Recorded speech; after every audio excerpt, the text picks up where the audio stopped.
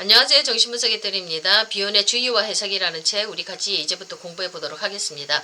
자, 이 주의와 해석은 비혼이 말기에 쓴 책입니다. 그러니까 임상가로서의 경험이 아주 무르익었을 때, 그 다음에 학자로서 그 경륜들이 깊어졌을 때, 그때 인생 말기에 쓴 책이니까 우리들에게 전해줄 수 있는, 시사할 수 있는 그런 내용들이 많이 있다고 저는 생각이 되어집니다. 많이 우리가 이 노학자의 그런 저서를 통해서 많이 배울 수 있을 거라고 생각이 되어지고 기도도 되어집니다. 자, 2장입니다. 의학 모델부터 이렇게 한번 살펴보도록 하겠습니다.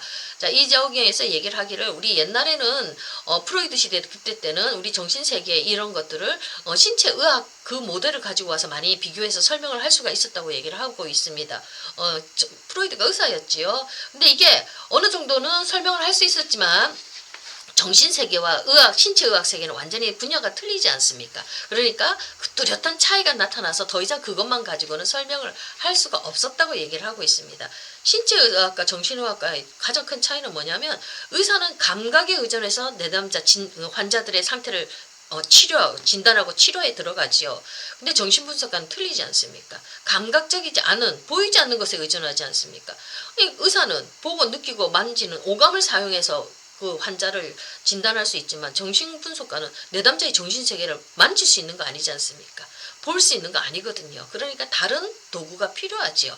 이게 그 내담자의 어떤 정신적인 능력, 현실 능력을 판단할 수 있고 볼 수 있는 이 지각 능력을 뭐라고 얘기하면 직관이라고 얘기를 하고 있습니다. 직관. 그러니까 정신분석과는 특유의 직관을 사용해서 내담자 안에 있는 그 정신세계를 이렇게 분석해 들어갈 수 있어야 된다고. 그래서 진단하고 그리고 치료에 들어갈 수 있어야 된다고 이렇게 얘기를 하고 있는데, 그저 기존에 있는 그 의사들의 그 신체의학의 개념만 가지고는 정신세계를 다 표현해낼 수가 없죠. 근데 비혼은 이제 기하학의 개념을 좀 가지고 와서 정신세계를 이렇게 표상을 하고 있습니다. 정신 이미지를 만들고 있는데, 뭐냐면 시각적인 이미지가 점선면이지요.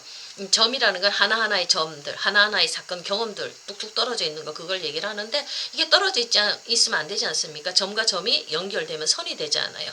그러면 어떤 맥락이, 논리가 이렇게 하나 만들어지죠. 그 다음에 이 면과 선과 선이 또 만나서 면이 만들어지죠. 여기에는 어떤 공간이 만들어지기 때문에 여기에는 어떤 관점이나 생각 같은 것들이 이렇게 정신세계가 만들어진다고, 이 정신세계 이미지를 이런 시각적 이미지로 설명을 좀 많이 하고 있습니다. 또 이제 이 비혼이 또 얘기를 하기에, 우리 이 마음의 상태를 지각할 수 있는 거, 이것을 굉장히 사람들이 힘들어한다고. 현실적으로 좀 정신증이 심한 사람일수록 현실을 파악하는 능력이 떨어지거든요. 근데 그 중에서도 특히 자기 마음의 현실을 파악하는 게 그 사람들이 굉장히 늦고, 이게 잘 안 된다고 이렇게 얘기를 하고 있습니다. 이게 우리가 감정은 느끼죠. 고통은 느낍니다. 근데 이 느끼는 거가 경험하는 것은 다르다고 비유는 얘기를 하고 있습니다. 느낌은 누구나 다 느끼죠. 짐승도 느끼는 거거든요. 아주 예민하게 느낍니다. 그러나 이 속에서 의미를 만들어내고 사고로 발전시켜 나가는 거, 경험에서 정신성을 발달시켜 나가는 거는 좀 틀리다고 얘기를 하고 있습니다. 자, 이걸 어떻게 이 정신성이 발달하는가는, 이 정신적 성장이 어떻게 사고 능력이 발달하는가는 바로 이 좌절을 어떻게 겪어내느냐, 이 삶의 태도에 따라서 틀려진다고 비유는 얘기를 하고 있습니다. 자, 좌절 우리 누구나 겪지만 별로 좋아는 하진 않습니다. 근데 이 좌절을 어떻게 다룰 것이냐, 이 좌절을 내가 잘 수용할 것인가, 받아들일 것인가, 아니면 회피할 것인가, 피할 것인가, 이거에 따라서, 이 좌절을 다루는 태도에 따라서 우리의 그 정신성이 달라진다고 얘기를 하고 있습니다. 좌절이라는 말은 충족되지 않은 욕구를 뜻하는 겁니다. 내가 충족이 안 되어졌을 때, 내 리비도적인 욕구가 충족이 안 되어졌을 때, 그때 좌절이 되어지지요. 엄마가 내가 원하는 만큼 충분히 젖을 안 주면 아이들이 좌절이 돼서 얼마나 죽으라고 울어댔깁니까? 고통스러워하지요.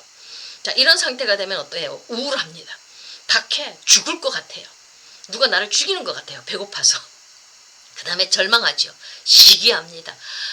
엄마가 젖가슴 2개 가지고 가고 자기는 다 가지고 있으면서 나한테 안 주잖아요. 막 시기심이 올라가고 죽이고 싶어요. 그 다음에 죄책감, 극심한 불안이죠. 그 다음에 지루해요. 삶이 지루해요.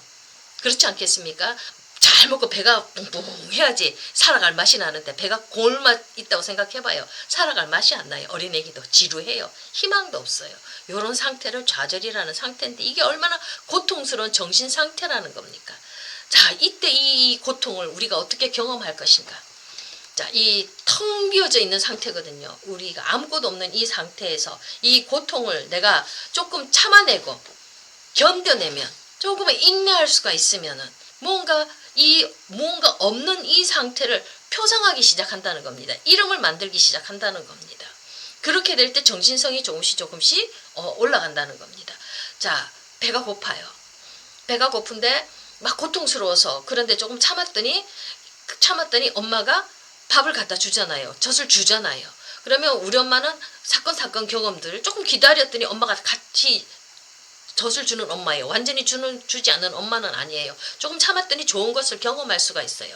나쁜 것도 경험하고 좋은 것도 경험하면서 이 경험과 경험들이 연결이 되어지면서 이 아이가 뭘 느낍니까? 개념이 만들어져요. 아, 조금 기다렸더니 엄마는 주기는 주는구나. 조금 실수하긴 하지만 엄마는 항상 좋은 엄마로 내 곁에 있구나 하는 엄마에 대한 개념이 만들어져요. 그러면 이 아이는 다음에 엄마가 조금 늦게 와도 엄마를 기다릴 수가 있게 되겠죠. 참을 수가 있게 되겠죠. 이 개념, 정신성들이 조금씩 만들어지는 거예요.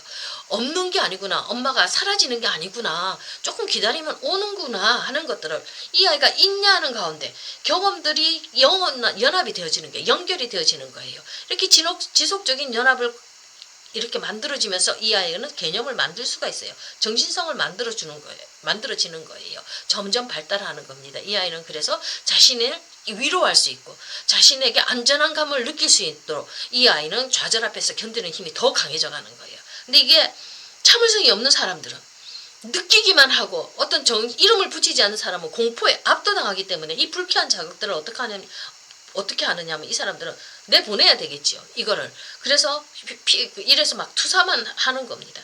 그래가지고 어디다가 투사하냐면 베타 요소나 어떤 기이한 대상들 그런 데다가 그냥 자기의 고통을 던져버리고 자기 안에서 정신성을 만들어내지는 못해요. 그러니까 계속 텅 비어있고 공포 속에 있는 거지요. 그러니까 정신성이 자라지를 못해요.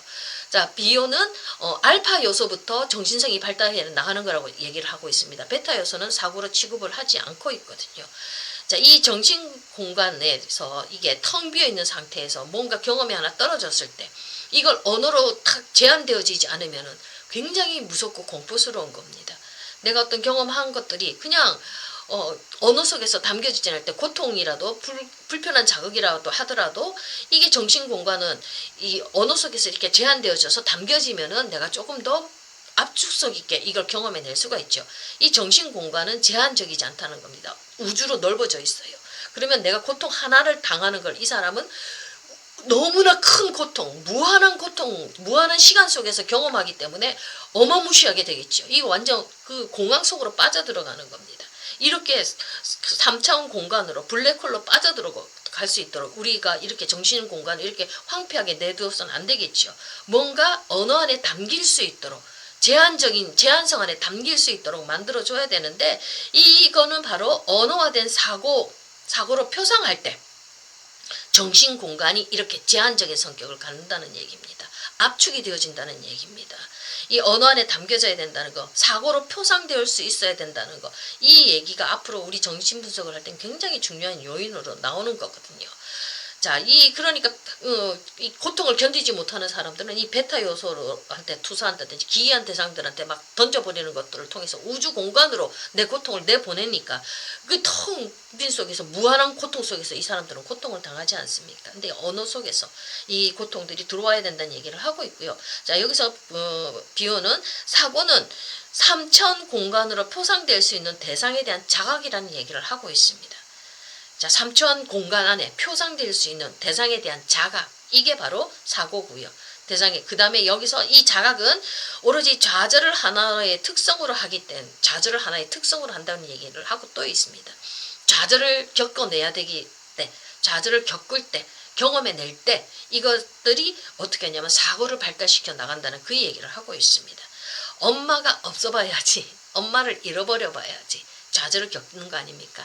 그렇게 해봐야지 엄마에 대한 존재에 대한 자각이 시작이 되면서 정신성, 그 엄마를 어떻게 찾을 것인가, 회복할 것인가에 하는 정신성들이 발달되기 시작한다고 이렇게 얘기를 하고 있습니다. 그러니까 아주 갓난 베이비든지 우리 성인이든지 간에 우리의 정신성을 발달시켜 나가는 건 이 좌절을 어떻게 다루느냐, 삶에서 다가오는 이 좌절을 우리가 어떻게 다루느냐, 감각적으로 다루는 게 아니라 고통을 느낀다는 그 감각만으로 다루는 거 아니라 그 감각을 다룰 수 있는 사고, 그 능력들, 정신성들 이런 것들이 우리에게 만들어질 때 우리가 그것들을 고통들을 다루어 나갈 수가 있고 이겨 나갈 수가 있다는 얘기를 하고 있습니다.